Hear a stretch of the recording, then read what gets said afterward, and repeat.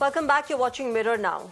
In a world that is deeply divided between pro-Israel and pro-Palestine after the Israel-Hamas war, campuses of American universities are facing a very serious issue: the safety of passionate, opinionated, and vocal youngsters that are speaking up amid the Israel-Hamas war. Harvard University is on the back foot, with the management facing criticism from students as well as alumni for failing to address and clamp down on what they term as anti-Semitism. Social media is full of videos from Harvard as well as other foreign universities where pro-Israel Jewish student groups and those supporting Palestine are seen clashing, almost turning violent with each other. An open letter from the Harvard College Jewish Alumni Association has called out the school for remaining silent on student groups, calling the Hamas attack as justified. More than 1,600 Jewish Harvard alumni have threatened to withdraw donations over anti-Semitism concerns. Meanwhile, those students who support Palestine are accusing their fellow students of Islamophobia. The Harvard University has responded, saying that it will look into the complaints filed with the police as well as the FBI, which is a clear reflection of how matters have escalated in American campuses. But it's not just Harvard. Universities of New York, Cornell, Yale, and Columbia have all witnessed such protests. So clearly, there is a tussle between what students call as free speech and how the educational institutions are dealing with the fallout of that. To talk more on this, I'm joined by my guest right now, Rashmi Samant, former Student Union President, Oxford University, and human rights activist, joins us. We're also expecting Syed Fazal Kashani, student leader, to join us shortly. Rashmi, good evening. Welcome. Thank you so much for talking with Mirror Now. These protests by student groups have been taking place in several American universities for the past several weeks. First of all, what do you make of them? Because Jewish students are accusing their fellow students of displaying anti-Semitic behavior. Well, Shreya, I definitely do believe that campuses are places where youth are highly opinionated, and they do, from time to time, take the streets to voice that opinion. I've seen that multiple times on the campuses of Oxford, that every war, every escalation that happened anywhere in the world, there was always a group of students taking a stand on it. With that being put into perspective, I think it's concerning to see the kind of escalation that's happening on campus. Because I think on campuses, it should be a place of free speech and debate, but it should end at that. It should not convert to another war zone. But we see increasingly that opinions are changing into, sporadic acts of violence, into infringing upon others' opinions forcefully. And I think that is where the line is being crossed, and the campuses have turned from places of learning to places of active political activism. So I think that line is something that needs to be towed very carefully, that line between free speech, debate, learning, and taking activism to a point where other students feel uncomfortable. In this entire debate, I know multiple Indian students who are on campuses abroad who are actually caught between different friend circles, where they have immense peer pressure to actually confirm to either sides of the war, whilst really, if you think about it, it does not concern them. The Israel-Palestine conflict does not concern Indian students, and Indians, for that matter, can take that stance, because every time there are issues concerning India, the West and groups supporting Western philosophies do not come and take a stand for Indians. So I think Indians can actually extend the same courtesy to others, but unfortunately, there's this heavy peer pressure, and many Indian students are feeling the pressure to actually conform to one of the sides and get caught up in this rigmarole on campuses. campus, where free speech and debate has actually Okay. exceeded lines, and it has turned into this entire severe political activism where you conform to one side, you don't conform to one side. If you conform to one side, then you're hated on by the other side. So it's become, very toxic from being an active educational campus. It resembles uh, active street politics at this point, and I think that's very concerning. We should never allow Hmm. the safe space of an educational campus to devolve like that, and for Hmm. students to be in a position where they're threatened for their views, and where activism Hmm. crosses that line of debate and discussion. Yeah. Okay. Syed Fazal Kashani also joins us on the broadcast. Syed Fazal, welcome. Good evening. Thank you very much for speaking with Mirror Now. If you heard my conversation with Rashmi right now, we were, of course, discussing how college campuses have been affected by the Israel-Hamas war. But in your opinion, Fazal, uh, should college campuses be as politically active as we are seeing as a fallout, as a ripple effect of this war? Or, should students just focus on studies, on development, on learning further and moving on in life? Thank you, Shreya, for inviting me for the show. I think the prime focus for the students should definitely be on focusing on their studies, but at the same time, students also have the right to, give their opinions about what is happening in Palestine and Israel. I mean, the sense of right and wrong. I mean, colleges are the first institutions of for the student basically to understand the sense of right and wrong, and if the opinions are with the Palestine or against the Israel, or say against Hamas. So these opinions should be respected. I think one should not get into a debate where going against one particular thing should I mean what one should do is like for the college students, one should not be come. Am I audible? Yeah, yeah, Am you I are audible? audible, Fazal. Hello, you're not Are audible. you Am able I to hear audible? me, Fazal? Yeah, so I'm saying, I mean, the institutions are the first place where the sense of right and wrong should be expressed by the students, and should be respected.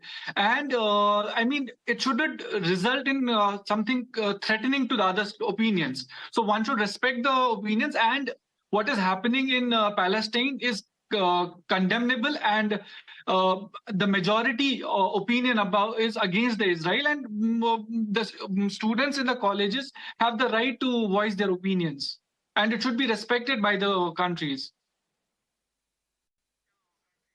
Okay, Rashmi, you yourself have been a victim of discrimination while you were at the Oxford University, and you've talked about it, you've been vocal about it. But help us understand the kind of atmosphere that prevails in campuses of foreign universities. Is there a lot of discrimination? Is there a lot of hatred towards one particular identity or race? Because here, in this particular case, the Jewish students are claiming that they are facing a lot of hatred and a lot of discrimination from others because of the war that is prevailing between Israel and Hamas. Well, Shreya, I definitely do believe that campuses are not places where everything is fair. And especially these so-called, elite campuses. I have myself faced the kind of discrimination that happens based on your country of origin, based on your religion, based on your background. There is definitely a differential treatment that is handed out. And it is the reality of the day, even if it is not as much of a mainstream topic as it should be. And it is condemnable because trauma of a very young age is very deep. These people are just starting out and they're just learning the basics of the world, and for them to be subjected to these kinds of, to be put in a hostile environment, to be attacked, I think it's absolutely condemnable, especially when so many of these students, Israeli students, have family back home who might have been kidnapped on the 7th of October, during the 7th of October massacre, and things that have happened in the ensuing days. I think it's rather condemnable that acts of anti-Semitism are actually on the rise on campuses, and it's actually very true that there is discrimination on campuses. There are cliques, there are groups, there is a majoritarian side, and there are minority students, and then there's always differential treatment that comes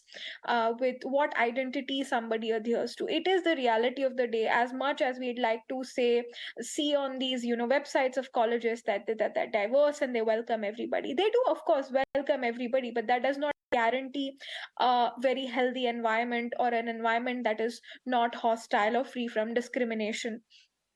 There have been recorded cases of anti-Semitism on campuses, and it is very condemnable that activism has reached a point where fellow students feel the necessity to infringe upon the rights of others to put forward their views. The history of our world is very complex. People choose to believe, which is very different conform from to their what we've seen biases. in the past, isn't it? We've had student activism. We've seen it in India. We've seen it across the world. But perhaps it hasn't been as violent and as hateful as we see visuals of coming out right now amid this war.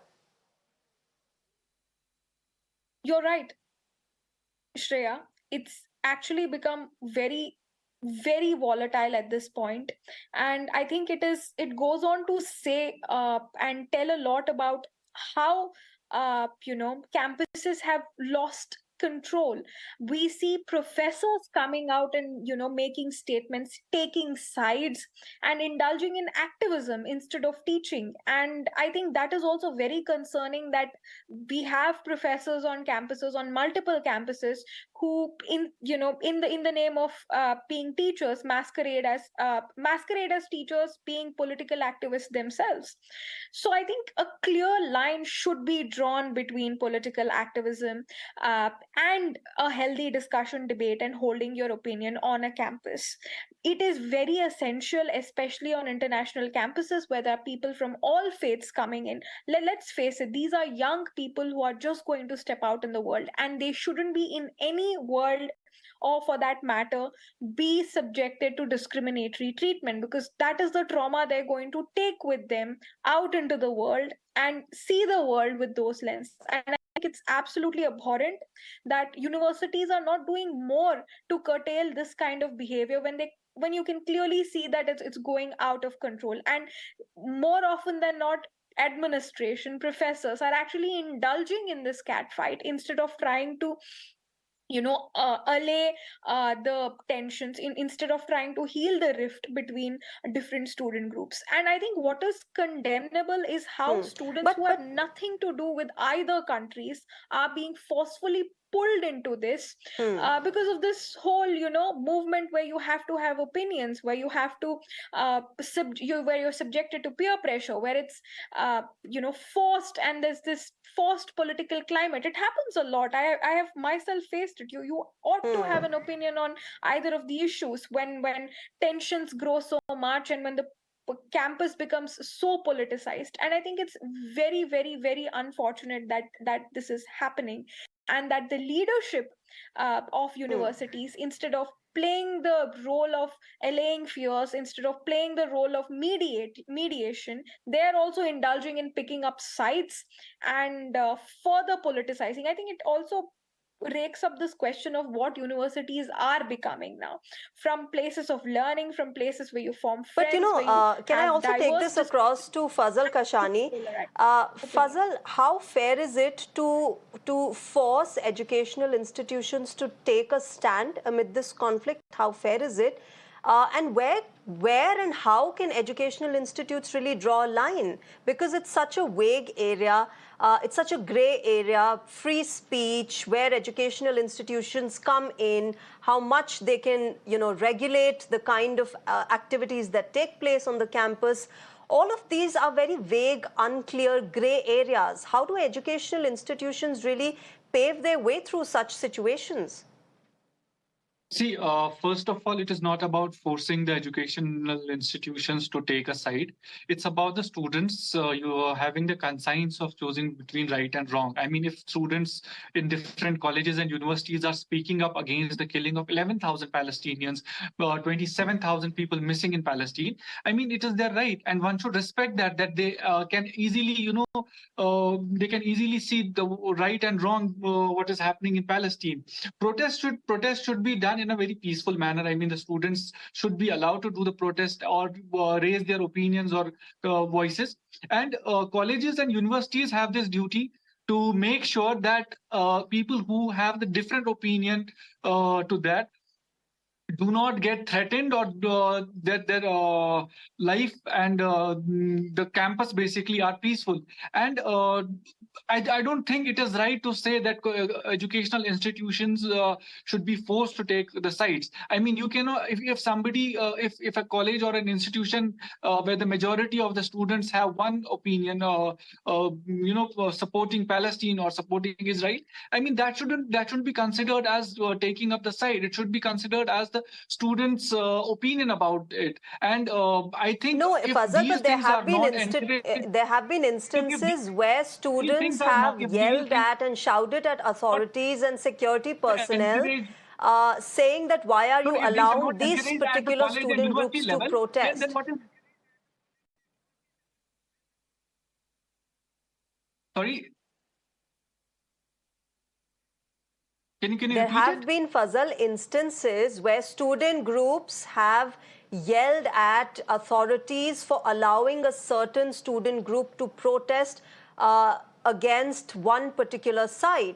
There have been instances like that, which basically means that the students are almost forcing the educational institution to take their side. No, that is see that is where the where it goes wrong. I mean, they shouldn't force anybody to take a side. I mean, like I said, one should respect the other opinion as well. But at the same time, it is clear that what is happening in Palestine, what is happening in Gaza, is completely a ethnic cleansing. I mean, you cannot hold the entire population accountable, and you cannot punish the entire population for a group which has done that. Like for say Hamas, we condemn Hamas, but at the same time, entire population in Gaza Strip cannot be held accountable. They cannot be punished. I mean, you have 11,000 people being killed, out of which two-thirds are the children and women. I mean, how fair is that? Do you justify it? The entire world, and I mean, I'm thankful to the leadership of India that they have taken the side. They have clearly said that what they support Palestine. So similarly, the governments should be clear about what they support. And for example, in case of United States, the United States has taken the decision which is against the majority opinion of the citizens of that country. And coming back to what is happening in the campuses, it shouldn't be violent. I mean, if somebody's opinion are in support of Israel, one can have a healthy debate with them. One can have a healthy conversation with that. But threatening is not a solution, because students can only voice Which their is clearly opinion. not happening. We have seen videos and visuals of students threatening each other in both sides. There it And is the what you there it said is the responsibility about of the people being university and killed the in Gaza and administration to make Palestine, sure that absolutely these protests understandable. Yes. are the Yeah, it's duty of absolutely university understandable administration. that you are feeling. And as they say, there are no winners in war. This is exactly what is the situation right now. But let me get back to our discussion on what college campuses in the US are going through. Rashmi, do you also feel that social media has changed the nature of protests? Because earlier, what we saw as protests were perhaps, student groups saying slogans, chanting slogans, saying what they had to, and going back. But with the coming in of social media, it's clearly changed the nature of the protest that we see on college campuses, right? Yeah, definitely. The nature of protests have changed sporadically. Today, anything that is said, anything that is done has a permanent life. So it is going to follow these students until the end of their lives. I've seen so many students say certain things when they were college students based on peer pressure or because they wanted to conform to a particular opinion they didn't know much about. But then it followed them for the rest of their career, and it was brought into question from time to time. And I think social media enables that kind of memory, that kind of permanent memory on students. And I think students really need to be careful in this day and age and speak out only as long as they truly believe in a particular opinion and they're okay with that particular opinion of theirs following them for the rest of their lives. I've seen so many students who ruin their lives based on a half-cooked opinion that then came to haunt them for the rest of their lives. I think that is A. And B, social media is this one platform which comes with huge pros and huge cons. There is very little education out there regarding the perils of AI. The technology is moving faster than the preventive measures, the measures to kind of keep a check on. So today anything can be put on social media to evoke emotions among people. And we see multiple AI images coming up on social media of atrocities which just pluck the kind of right emotions and cause sporadic and violent protests. We've seen so much of that happen here in Bharat as well, and the same is happening globally. I'm sure a lot of these students do see and do read a lot of the content which is not verified, and such is the nature of social media today. Opinions are being formed based on information that is not 100% verifiable. uh, to any opinion they have and do not have, maybe based on their full thinking or based on peer pressure, will then come follow them for the rest of their lives. And I think that is quite unfortunate Also, not that to forget the students are in algorithm this at kind play. of mode. All these social media apps have algorithm at play where the algorithm is putting up and pushing only a certain kind of narrative for a certain kind of people. Definitely, Shreya. There was a huge debate about even TikTok, because today the game is all about amplification. It is not about whether you can put something up. Anybody can even put up a site if they're if they're deplatformed from social media sites. It's all a game of amplification, and amplification is an internal algorithm of these social media platforms. And what young people see, what content they're targeted with, is also up to these social media giants, and that is very unfortunate. Today TikTok has more impressions of pro Hamas content, pro Palestine content, and that is also partly supported by the fact that China is backing the Palestinian side on this war. So it is all a huge by the end of the day. And you don't really know as a youth, when you consume so much content on social media and you form your opinion based on 5 seconds of these reels that we watch. It then becomes very dangerous, Yeah. because there are larger forces at play out there, who have ulterior motives behind the algorithms which pull up the kind of content that we see on a daily basis. And this was addressed in detail for the very platform that TikTok is, and how the kind of content that is amplified there with a particular intent can then prove up to be absolutely dangerous and can mislead a well-meaning group of people who really want to see what is right and wrong Yeah, out there. yeah. Many of these students just want what is best for the world, but more often than not they do not have the correct kind of Yeah. information based on the way social media is disseminating and handling the information barrage for them to form a proper opinion. Today there are so many genocidal calls being made about Israel, that whole saying, from the river to the sea, that the land will be free, and it is a genocidal Yeah. call, and many students don't know. They just keep saying it because it keeps coming up on their TikTok, and they think it's a fashionable political comment to be making, Yeah. and that it will gain them approval in their peer groups. Yeah, I think They you very don't rightly understand put it, how genocide is. Rashmi, that yeah. I think you very rightly put that perhaps the intention of the students is right. The only thing is that they're not getting correct, authentic information online. It's not necessary that the information that they are receiving is foolproof, 100% correct. I will have to wrap this up. Thank you very much, Rashmi Samant and Syed Fazal Kashani, for joining us this evening and sharing your perspective. A lot at stake amid the Israel-Hamas war, but clearly students' life is something that should be of utmost importance, and of course the role of the university, the administration also needs to be clarified, also needs to be more clear when it comes to these conflicts.